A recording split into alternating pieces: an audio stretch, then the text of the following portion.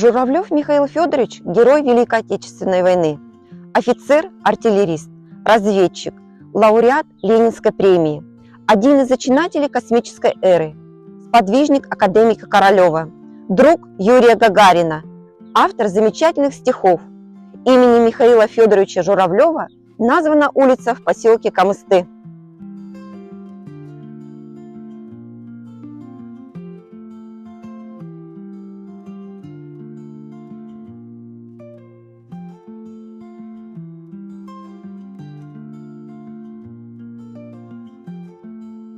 Михаил Федорович родился 16 ноября 1920 года в поселке Камышном Орджоникидзевского района Кустанайской области.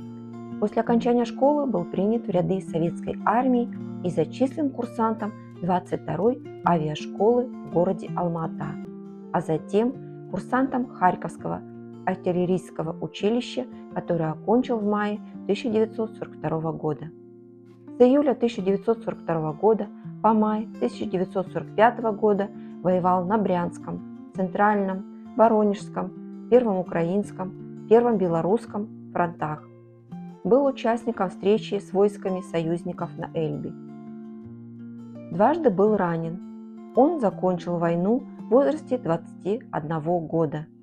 Благодаря своему мужеству в боях он заслужил главные правительственные награды: орден Красного Знамени, 2 медали за боевые заслуги, 3 ордена Красной Звезды, 2 ордена Отечественной войны первой степени, медаль за победу над Германией в Великой Отечественной войне 1941-1945 года, медаль за освобождение Варшавы, медаль за взятие Берлина, медаль Победы и Свободы. Также ему присуждена Ленинская премия.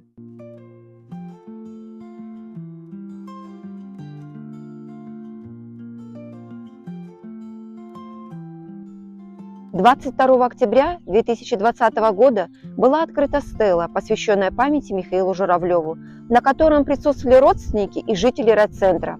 Чудом сохраненный архив лирических произведений Журавлева стал основой для создания книги «Услышать можно шепот звезд».